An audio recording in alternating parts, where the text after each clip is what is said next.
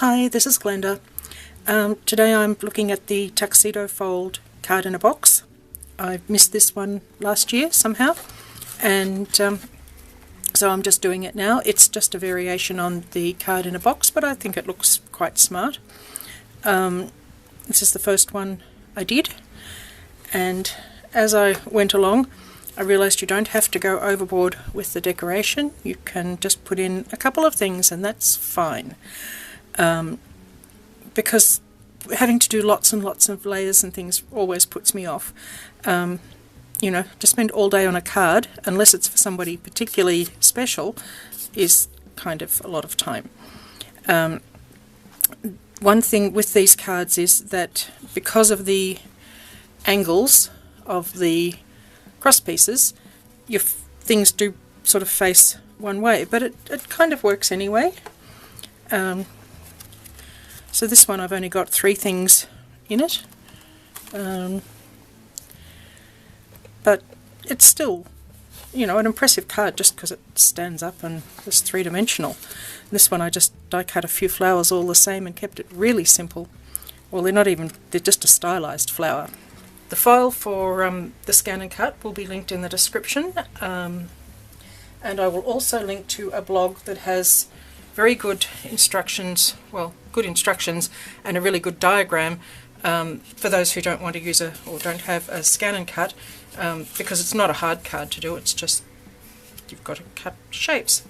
So the scan and cut file will be in 2 parts. One does this base card and the 2 cross pieces, and the other does the 4 layering pieces, and it's quite easy to put together. I just have to decide which way I want this to face. I think I'll have the black on the outside, which means my whole card is reversed to how I've been doing them. Never mind. What do I want the black on the inside? Oh, decisions. Okay, let's go with the black on the inside just so that I don't get confused making it. So there are 4 score marks that go across. They've all been marked in. So you're just going to fold it and burnish it, and there's one that goes down the middle here.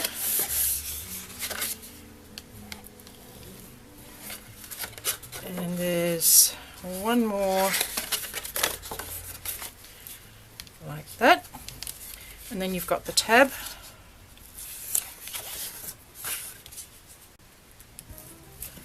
And then there are 2 diagonals. There's one there. And one there. If you've got colour core cardstock or non-colour, if the core is showing through on your cardstock, we'll rub a bit of ink over the serrations. How's that? So layering is super simple because the pieces are already cut. With this file, it just fits on an A4 sheet, to the extent that one of your cut lines might even be on the edge of your card. So it is actually easier to cut it out of a 12 by 12 or shrink the whole lot before you start a little bit. I will leave that at your discretion. But I've made 2 out of A4 and I made 2 out of a 12 by 12. Well, not 2 cards out of one 12 by 12. 2 of them were using 12 by 12 paper. With these mats, it's most important to get it lined up at the top because the bottom's going to be hidden down the inside the card and nobody will see it. So the other 2 go on the outside, and that one goes there. You could actually do layers for the triangles and things like that, but I haven't because I didn't want to.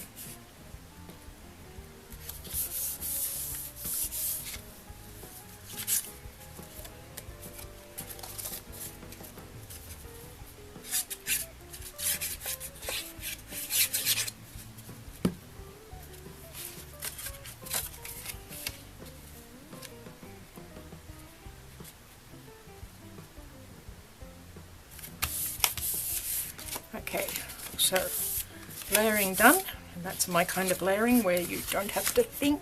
Well, I did when I made the file, but so I'm hoping I have mastered putting these little bits in, because it's actually really easy. There is a score line. Why has my score line disappeared? I don't know. It's slightly thicker card. Anyway, if your score line disappears, it's ½ inch from the end. You've got two little pieces. I have been doing them opposite to each other, but I don't really see why it would matter at all. Anyway, I want some fast fuse. You want some strong glue.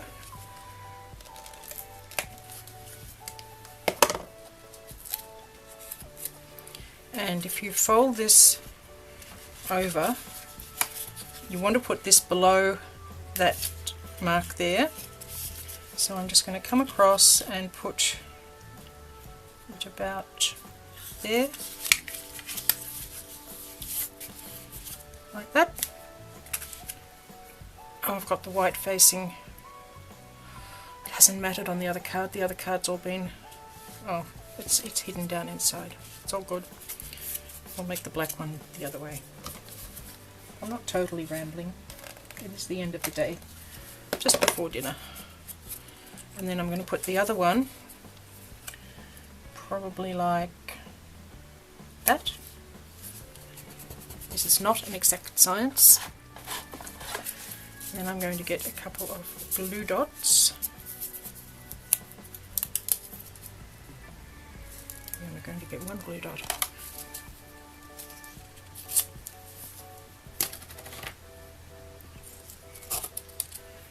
And I'm going to put a glue dot on here.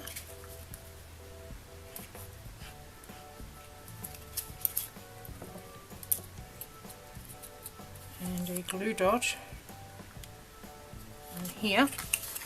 Now, if you fold this like that and in half,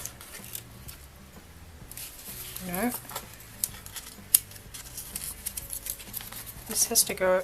Oh, I had this mastered on the last one. No, I was right. Yes, it's got to go over here and end up on that front panel. So if you go like this, with it sandwiched in there ready to go, it should stick in the right spot. So I will take the cover off my glue dot, make it a bit straighter, bring this over and down. There's my first one. And then I will take the cover off this glue dot and lay it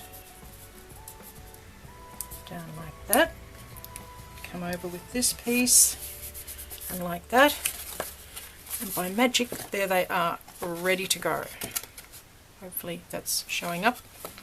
Now I can fold this like that, and that's going to stick there. So I'll come back with my strong glue and use some wisdom, put something under it so I don't stick the rest of the card.